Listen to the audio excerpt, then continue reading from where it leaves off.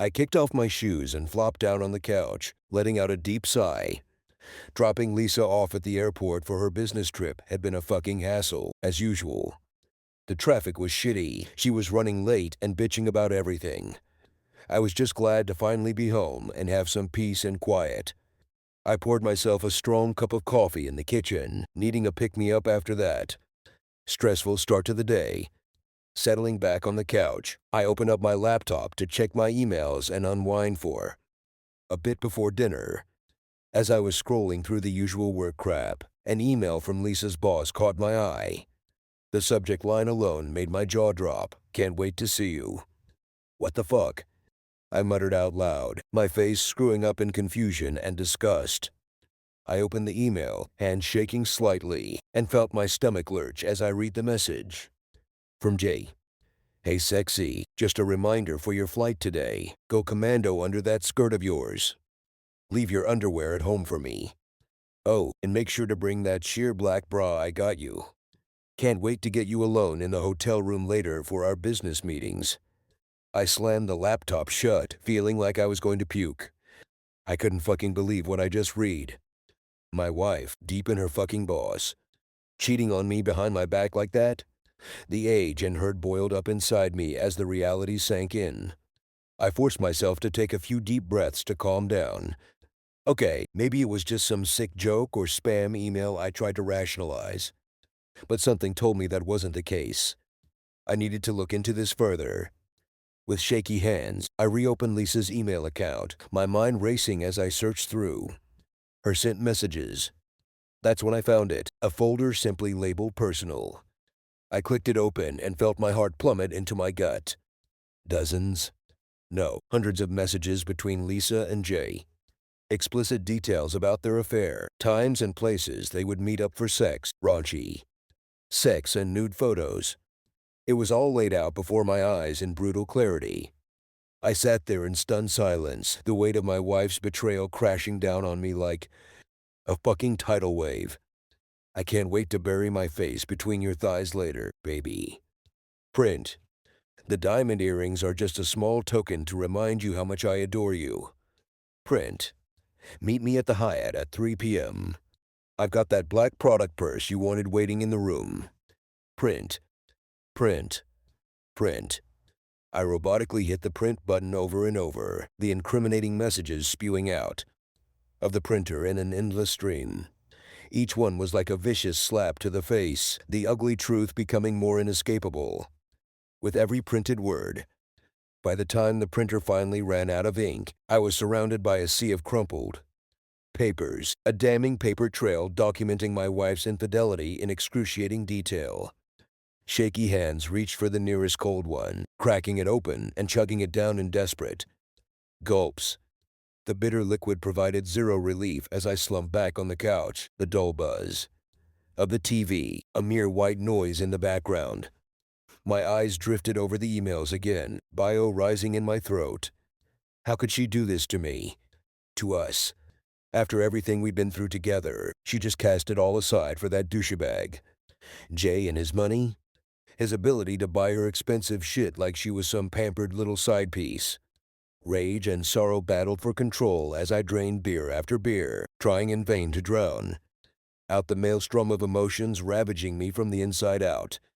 The life I thought I had, the woman I loved, it was all a mirage. The shrill ring of my phone sliced through the tension, Lisa's smiling face flashing across the screen. Gritting my teeth, I rejected the call at first, then thought better of it.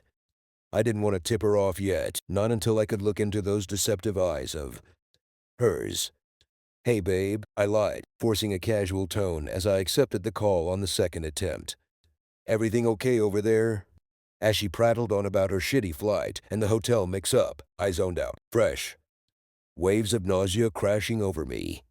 My eyes bored into her contact photo, seeing the lies and deceit for the first time. I didn't say much, just letting her ramble as I stewed in my anguish and anger. "We deal with this in person soon enough." I stared blankly at the spreadsheet on my computer screen, the numbers and formulas. A jumbled mess. Normally this shit was easy for me, a mindless routine. But not today, not after. "Kevin?" "You okay, man?" I snapped out of my daze to find Dave, one of the accounts guys, giving me a concerned look. Shit, how long had I been zoning out? Yeah, I'm good, I lied, rubbing my bloodshot eyes. I hadn't slept a wink last night, too busy wrestling with the gut-wrenching images of Lisa and that prick Jay going at it. Dave didn't seem convinced, but he dropped it and headed back to his cubicle. I let out a shaky exhale, scrubbing my hands over my face. I had to get my shit together and focus. Throwing away my career on top of everything else would only make this nightmare worse. But no matter how hard I tried to concentrate, the sordid details from those emails kept flashing through my mind like some twisted porno filmed in 4K. The thought of them tangled up together, his hands roaming all over her body, the body I used to worship. My fist clenched, crumpling the stack of printed emails I had brought from home.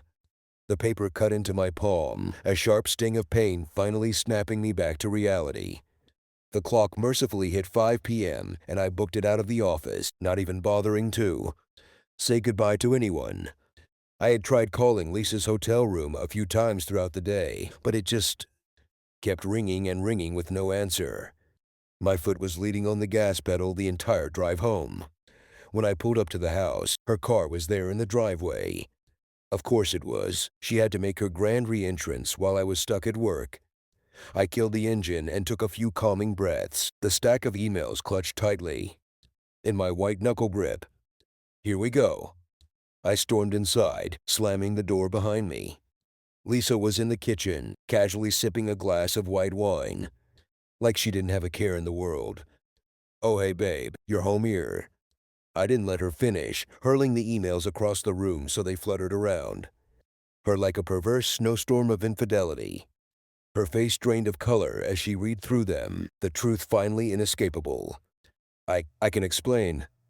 Then I snarled, taking a step towards her. "How you've been getting railed by your boss for God knows how long. Huh, were you just going to keep on lying and cheating forever?" She didn't even try to deny it, her gaze dropping in shame. It's not like that. Jay, Delaware, can provide the kind of lifestyle I deserve."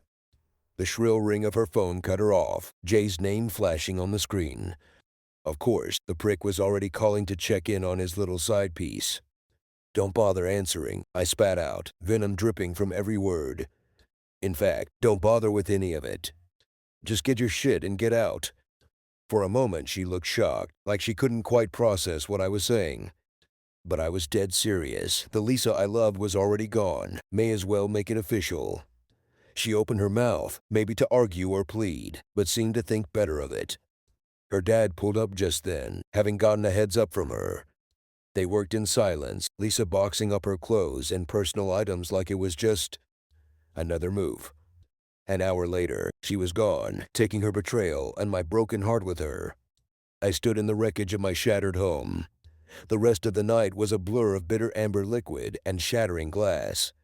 I must have passed out on the couch at some point because I woke up with a start to the harsh rays of morning light burning into my eyes. My mouth was drier than the Sahara, and my head was pounding out a sadistic drumbeat. Groaning, I reached for the nearest bottle, not even caring what it was anymore. The acrid taste of whiskey assaulted my senses, but I choked it down, desperate for any respite from the anguish squeezing my heart. That's how I spent the next 2 days, holed up in my own private purgatory, binging on booze and self-pity as I tried to wrap my mind around Lisa's betrayal. The rage, hurt, and disbelief swirled together into one big emotional maelstrom, each fresh wave threatening to pull me under completely. I don't know how I made it to Monday morning, but I somehow managed to drag my sorry ass into the office. Hunched over my desk, I nursed a thermos of black sludge, slowly trying to piece my shattered life back together. That's when the email from Lisa's lawyer hit my inbox, a cold, clinical dissection of our marriage, calculating it all down to ugly numbers and assets. According to the meticulously detailed spreadsheet, she had already drained our joint accounts, taking her fair share and then some. I let out a hollow, mirthless laugh as I scrolled through the settlement terms. Fair share? She got way more than that, the greedy bitch. Not that it really mattered. I would have given her every last penny if it could have. Spared me this living hell. With a resigned sigh, I started checking the boxes, signing away the house, the cars, the retirement funds. What was even the point of fighting it? I was getting off easy if it meant being able to wipe my hands of her for good. Over the next few weeks, I threw myself into purging every last trace of Lisa for my life. Our wedding photos, the cute nicknames, her toothbrush and robe, the fancy lingerie. She used to prance around in for me. I banished it all into a pile of boxes, erasing her stain from my home for good.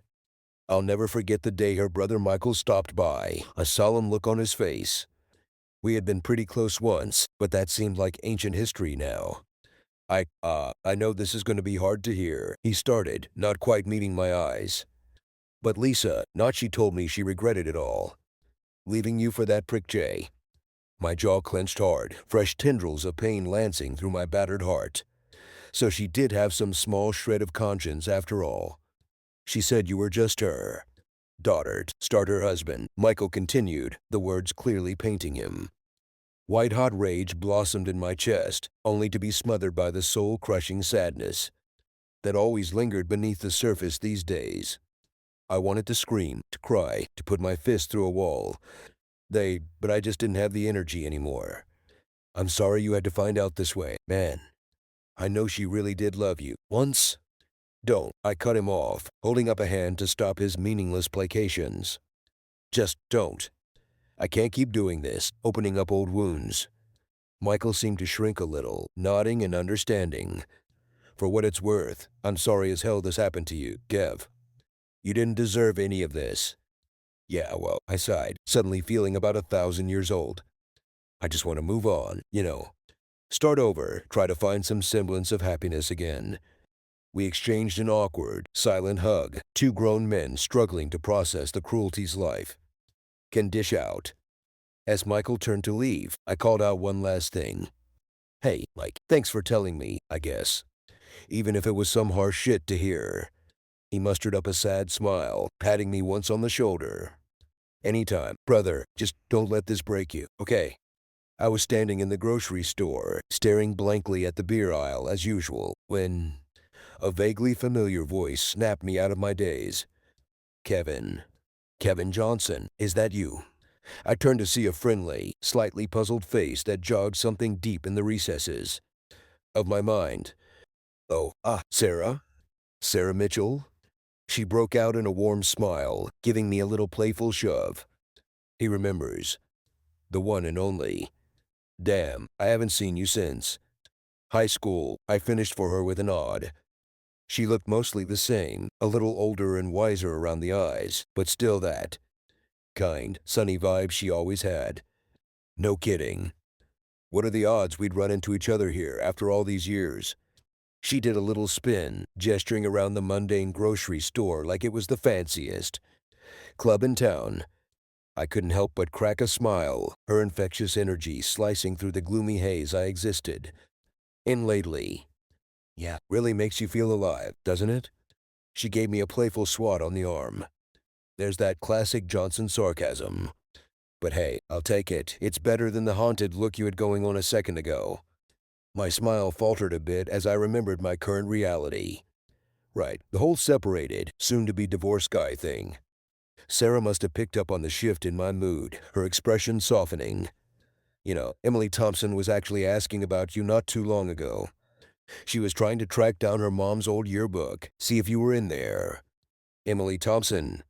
The name sparked a faint memory, a cute girl with freckles and braces who I had a crush on back in the day. She weren't exactly close friends, but still. You wouldn't happen to have her number, would you? I heard myself asking. Sarah raised an eyebrow, but didn't pry, simply pulling out her phone. For old time's sake, I guess. Let me just... She rattled off a number, which I quickly committed to memory. I'm not sure what possessed me in that moment, but I felt something. A fleeting glimmer of hope, maybe? Thanks, Sarah. It was really good to see you. She pulled me in for a warm hug, one that felt vaguely maternal. Like she knew I needed it more than I could admit. You too, Kev, and listen. She leaned back, holding me by the shoulders, so I had no choice but to meet her sincere gaze. Whatever you're going through, it'll get easier. I promise. I just nodded, not trusting myself to respond with words. She gave my arm one last reassuring squeeze, then disappeared back into the crowd of shoppers. It wasn't until I was sitting in my car outside that I finally worked up the nerve to dial the number Sarah had given me. Hello? The voice on the other end was warm and slightly familiar, yet unmistakably older. More mature. Hi. Emily? This is, Kevin Johnson. From high school? There was a surprised pause before she responded. Kevin? Wow, I can't believe it's you. How did you? Crazy story. Actually, I said with a nervous chuckle. I just ran into an old friend at the grocery store, and she mentioned you were looking for me. Oh, yeah. I was trying to hunt down my mom's old yearbook for my daughter, Rachel. She's been obsessed with looking at all the vintage pictures lately. I see. I replied, my voice trailing off. Daughter? Of course, she would have kids of her own by now. We weren't dumb, reckless high schoolers anymore. Well, listen, Kevin, it was really great to hear from you after all this time. We should, I don't know, maybe get a coffee sometime. Get caught up? I opened my mouth to politely decline to start making excuses about being too busy. But something made me pause. You know what? Coffee sounds great. In fact, not how about dinner instead? I'd love to meet Rachel, too, if that's okay. There was another surprise pause on the line, but Emily quickly recovered. Yeah, dinner would be wonderful. Although, fair warning, Rachel can be a bit of a handful sometimes. Hey, I'm sure I can handle it. I replied with a confidence I hadn't felt in months. How about tomorrow night? We made plans to meet up at a family restaurant downtown, Emily texting me the address. As I tossed my phone aside and started the car, I felt an unfamiliar flutter in my chest. Was it hope? Excitement? Even? I hadn't felt anything even remotely like that since before. A tiny voice in the back of my head tried to caution me about getting my hopes up, about not being ready to move on yet. But I stubbornly shoved it aside. Maybe Sarah was right. Maybe this was the first step towards things finally getting easier. I'd never know unless I tried. The next evening, I pulled into the restaurant parking lot, taking a few deep breaths to steady my nerves. I could do this. It was just a casual dinner between old friends. Emily was already seated at a booth towards the back with a bespectacled little girl with pigtails, who I assumed was Rachel. She waved me over with a warm smile, rising to give me an awkward hug. Kevin, it's so great to see you. You haven't changed a bit. I couldn't help but laugh at that. Yeah, something tells me that's not quite true anymore. I turned my attention to the little girl, who was eyeing me with open curiosity. And you must be Rachel? I'm Kevin, an old friend of your mom's. She nodded shyly, her eyes still sizing me up. Emily just chuckled, ruffling her daughter's hair affectionately. Don't mind her. She's just being her usual cautious self around new people. You have her smiling and chatting up a storm before you know it. I slid into the booth across from them, suddenly overcome by how normal this all felt. Like it was just an ordinary family dinner between people who had known each other for years. As a server came over to get my drink order, I caught Emily's warm gaze across the table. She gave me a little wink, mouthing, "It'll be okay." And just like that, I could breathe again. Maybe there was still some small kernel of hope left for me after all. The week started to blend together as I slowly adjusted to my new normal, or at least, as normal as things could be now. The house was quieter, lonely, or new, but also calmer. More peaceful in its own way. I'd taken to spending my evenings working through a battered old stack of books I'd never had time for before. Anything to keep my mind occupied and off other things. One night I'd meet up with a few guys from the office to catch a game or grab drinks. Baby steps towards reclaiming some semblance of a social life. It was during one of those low-key happy hours that Dave dropped the bombshell. Lisa's sleazeball boss had wrapped his BMW around a tree after leaving a club drunk. Off his ass. The report said he died instantly on impact. Oh, deep and get this, Dave continued in a low, conspiratorial tone as if he were reporting vital gossip. Lisa was in the car with him. She's still in the IQ in pretty rough shape. The others in the group immediately started murmuring, their eyes cutting towards me with a mixture of pity and morbid curiosity. I just stared down at my drink, struggling to process this latest curveball. Part of me felt a perverse sense of justice, knowing the asshole had gotten his ultimate comeuppance. But the other part, the part that still loved Lisa, no matter how deeply she'd cut me. The other part felt a hollow sadness at the thought of her fighting for her life. Before I could really unpack that tangled knot of emotions, my phone was ringing. It was Lisa's parents, their voices taut with worry and pleading for me to come to the hospital. I owed them nothing, and every fiber of my being screamed to refuse. But I went anyway, unsure if it was out of some sense of duty or just messed up curiosity. The Lisa I found in that cold, sterile hospital room was almost unrecognizable, swathed in bandages and tubes, her once vibrant face a battered mess. When she finally regained consciousness, her eyes went wide with panic and confusion. "Kevin?" she croaked out, her good hand feebly grasping at the air towards me. "Where were you? Why didn't you come sooner?" I opened my mouth to respond, to remind her of the brutal reality, but the words died in my throat. She seemed so, lost, afraid, like a scared little girl, not the heartless woman who had shattered me into pieces.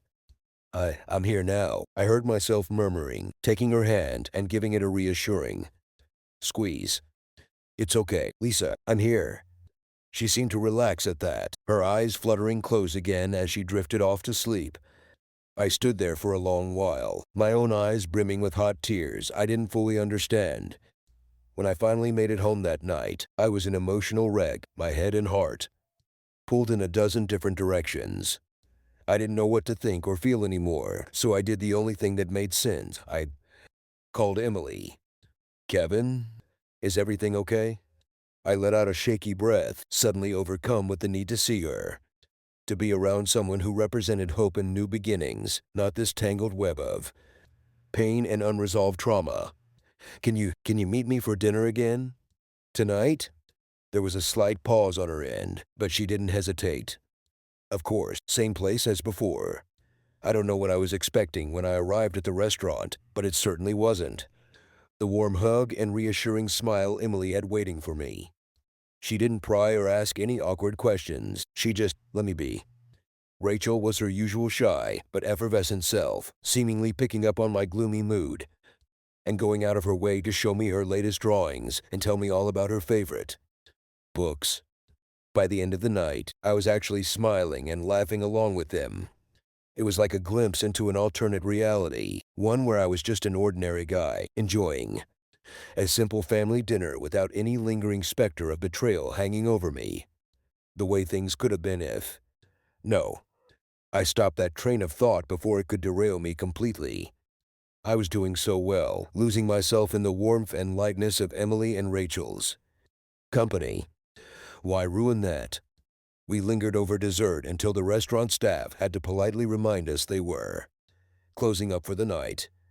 I walked them out to their car, giving Rachel a high five and promising we'd get to go to the zoo together soon. "Thank you for tonight," I murmured to Emily, suddenly very aware of how close we were standing. "I really needed this." "Of course," she replied easily, her eyes crinkling at the corners. "What are friends for?" Friends. The words seemed to hang there between us, loaded with unspoken possibilities and the tantalizing promise of something more. Before I could dwell too much on that dangerous line of thought, Emily was giving me one last hug and shooing me back towards my own car with a playful wave. I watched them drive off, feeling lighter than I had in ages. Maybe this was my chance to finally move on, to start fresh and find that long elusive thing called happiness again, with people who had my back and wouldn't shatter my heart into rubble. I was still smiling to myself as I pulled into my driveway, already making tentative plans for the zoo trip with Rachel. At the second I opened my front door, my face fell. There, sitting on my couch in grim silence, were Lisa's parents.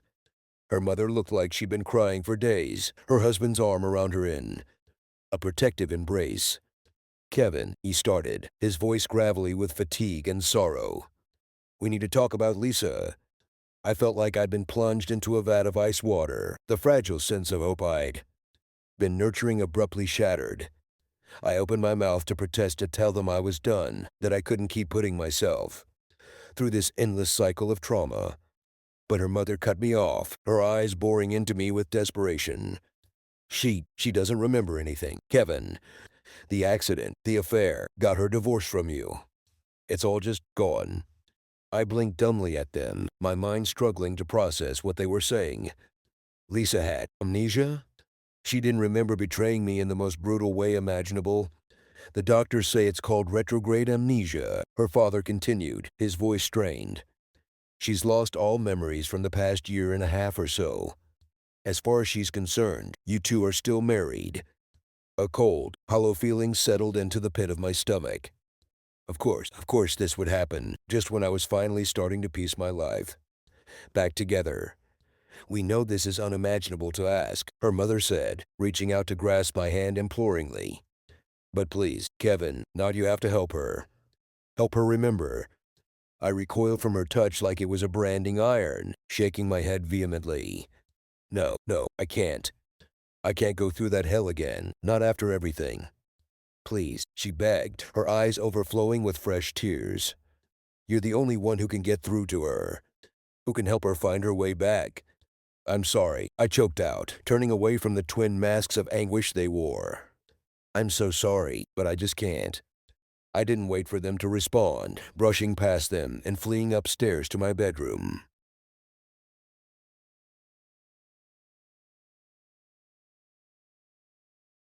Impulses battering my heart.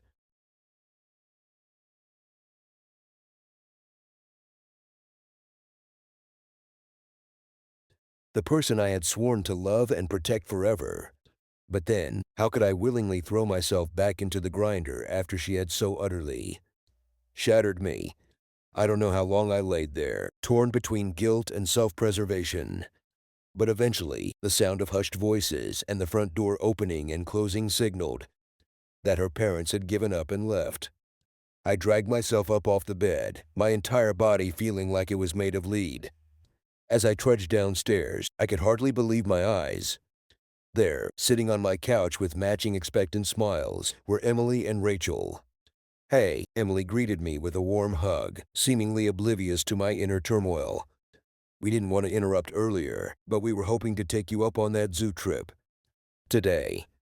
I blinked dumbly at them for a long moment before managing a faint smile, my heart swelling at the simple joy and light they seemed to effortlessly radiate. "You know what? The zoo sounds perfect." I was elbow deep in dishwater, trying my best to focus on the mindless task of scrubbing away at the stack of plates and bowls. Anything to drown out the endless loop of thoughts and memories swirling through my mind. The shrill ring of my cell phone sliced through the quiet kitchen. I tensed up immediately, water sloshing over the sides of the sink as I hurried to wipe my soapy hands and check the caller ID. Lisa's dad. Of course, with a weary sigh, I accepted the call. "Hello, Kevin." His gruff voice was heavy with fatigue and resignation. "I know I'm probably the last person you want to hear from right now, but Lisa needs to see you. To talk." I pinched the bridge of my nose, squeezing my eyes shut as I struggled to find the word. Or rather, to muster up the energy to let him down gently yet again. "Look, I get that you're in a tough spot here," I started, keeping my tone as even as possible. "But we've been over this. I can't. I can't put myself through that again. Not after everything that happened." There was a pregnant pause on the other end of the line, and for a moment I wondered if he'd hung up on me. But then his voice came through again, smaller, defeated. "And come see her. Kevin, I'm begging you. She's—" He trailed off, seemingly struggling to contain his emotions. "She's not doing well. The amnesia, the guilt over what she can't remember. It's tearing her apart." My chest tightened at the raw pain laced through his words. No matter how much Lisa had hurt me, she didn't deserve to suffer like that. To be trapped in a living purgatory with the fragments of a life she couldn't reclaim. Okay, I heard myself saying before I could overthink it. Okay, I'll come by tomorrow after work. But I can't make any promises, all right? The audible sigh of relief on his end was enough to confirm I'd made the right call. Thank you, son. You have no idea what this means. I ended the call and leaned back against the kitchen counter, feeling like the wind had been knocked out of me. What was I getting myself into? The next evening, I made the familiar drive to the hospital, my stomach tied up and anxious. Nuts. I kept reminding myself that I was just doing this as a favor to her parents, that I owed Lisa herself nothing after the hell she'd put me through. But as soon as I stepped into that cold, sterile hospital room, all of my resolve melted away. Lisa looked so small, fragile, and vulnerable, swimming in her hospital gown as she picked absently at her bedsheets. She didn't even seem to notice me at first until I cleared my throat. Lisa? It's me, Kevin. Her head whipped up at the sound of my voice, her eyes widening in a mixture of shock and hope. A look I recognized all too well from those final, agonizing days of our marriage. Kevin? She reached out towards me, her slender fingers trembling. You came. I crossed the room in a few strides, taking her hand in mine despite every self-preservation. Instinct screaming at me not to. Her skin was cool to the touch, her grip surprisingly strong as she clung to me. I'm here, Lisa. I'm right here. She stared up at me with those big, soulful eyes I had fallen for all those years ago. But there was a haunted, lost quality to them now that shattered my heart all over again. I'm so sorry, she whispered, fresh tears spilling down her cheeks. For whatever I did, whatever I can't remember, you have to know how sorry I am. My throat burned as I struggled not to get choked up myself. This was the Lisa I knew, the woman I had devoted half my life to, not the unfamiliar monster who had betrayed me. I know, I managed to reply, giving her hand a reassuring squeeze. I know you are. We stayed like that for a long while, her quiet sobs the only sound filling the tense silence. Eventually, she seemed to collect herself, swiping at her damp cheeks as she met my gaze again. Part of me doesn't want to remember, she admitted in a small, childlike voice. I'm scared of what I'll find out about myself. About what I did to you, to us. My heart twisted in my chest. God, how I wished I could just tell her the truth. Put her in on the brutal reality so she could process it, heal, and move on. But something held me back. Maybe it's better that way, I heard myself saying. Maybe we can start fresh. Wipe the slate clean and begin again. Her eyes widened at that, fresh hope flickering across her delicate features. You mean you'd be willing to give us another chance? After everything? I opened my mouth to respond, to firmly but gently shut down that line of thinking.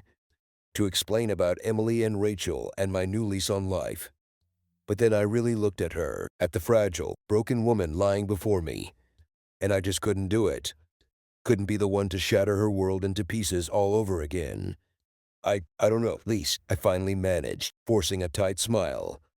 Why don't we take things one day at a time? No need to put too much pressure on anything. She seemed to relax at that, the faintest of smiles tugging at her lips as she nodded. Okay, one day at a time.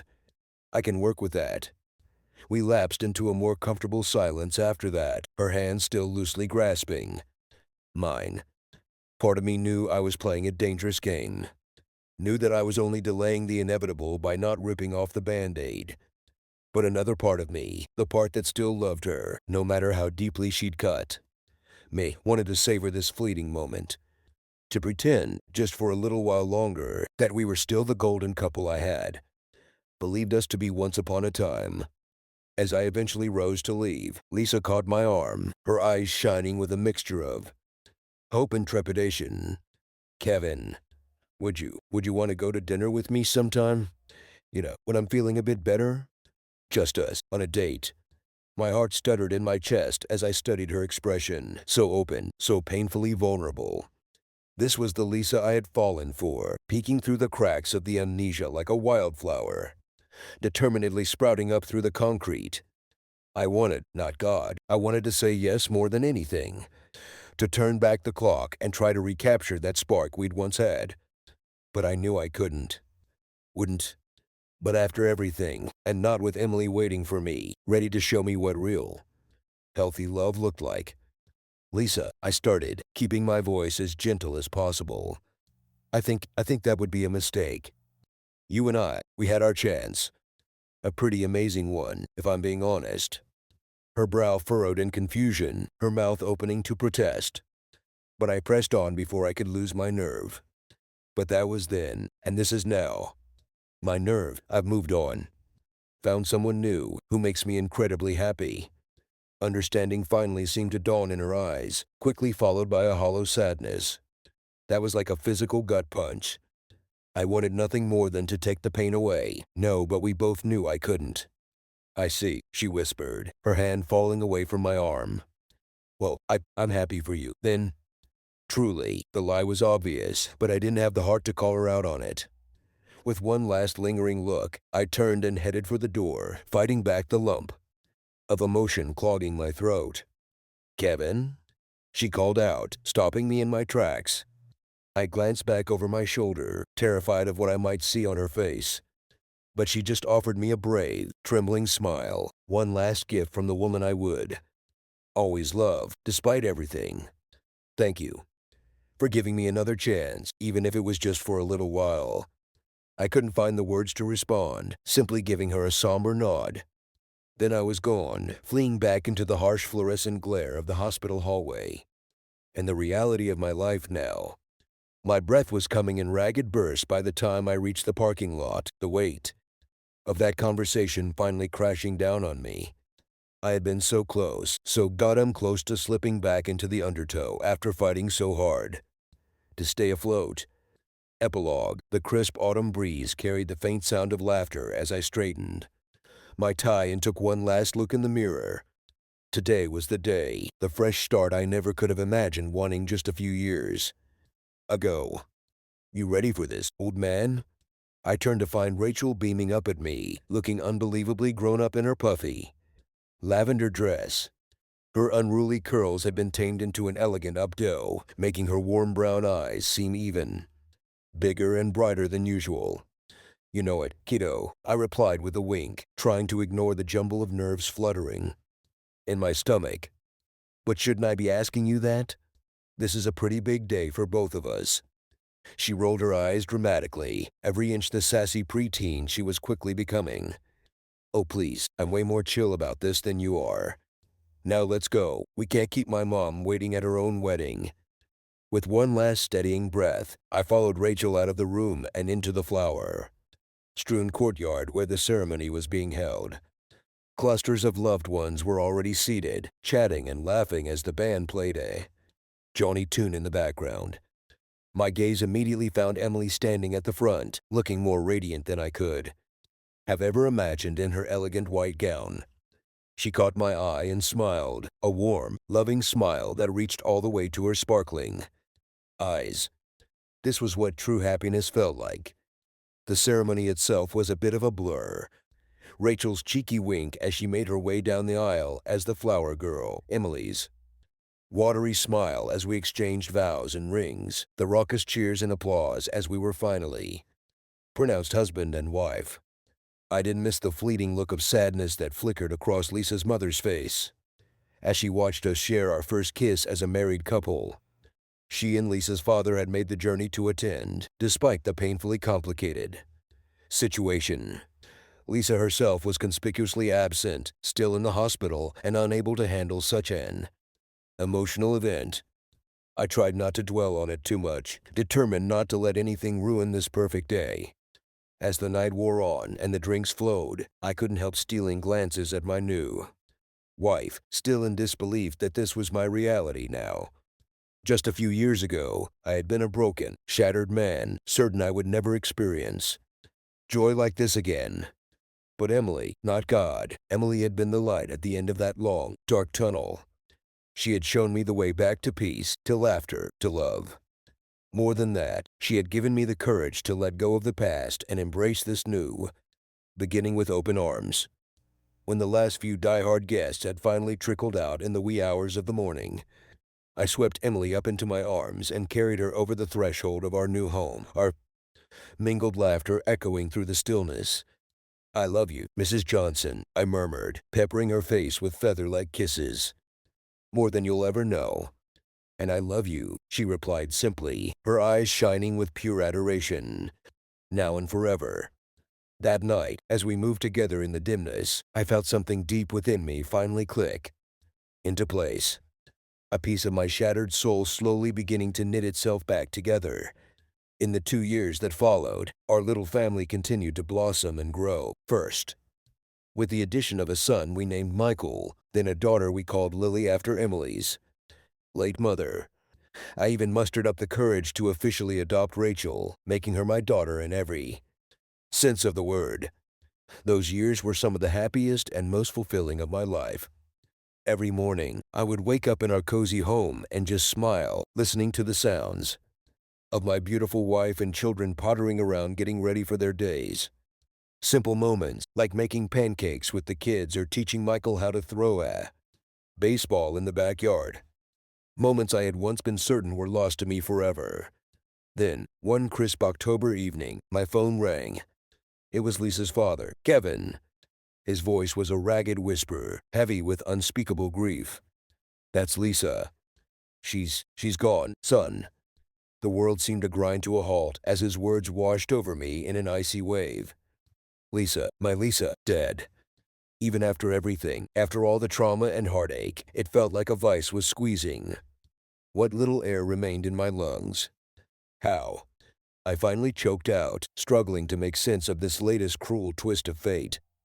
"Complications from her injuries," he rasped out, the words seemingly torn from his very soul.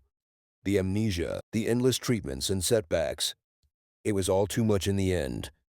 She just slipped away.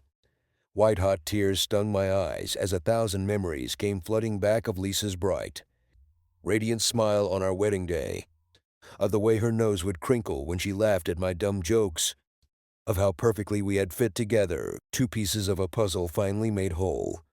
My chest ached with the force of a grief I had thought I dealt with and moved on from long ago. But this was a whole new level of mourning. For the brilliant life she should have lived, for the second chance that had been ripped away from her grasp, for the fact that she had died without ever truly knowing the extent of her sins or the depth of the love I had once held for her in my heart. The following days and weeks were a blur of funeral arrangements and somber gatherings, each one chipping away at me a little more. I held it together as best I could for Emily and the kids, but I knew she could see the pain I was wrestling with. "You know you can talk to me, right?" she murmured one night as we lay tangled together in the darkness. "About Lisa, about whatever you're feeling." I pulled her closer, breathing in the comforting scent of her hair as I struggled to find the words. How could I even begin to explain the tangled knot of emotions currently squeezing my heart? "I know," I finally replied, my voice little more than a hoarse whisper. "And I will, I promise. It's just a lot to unpack, you know?"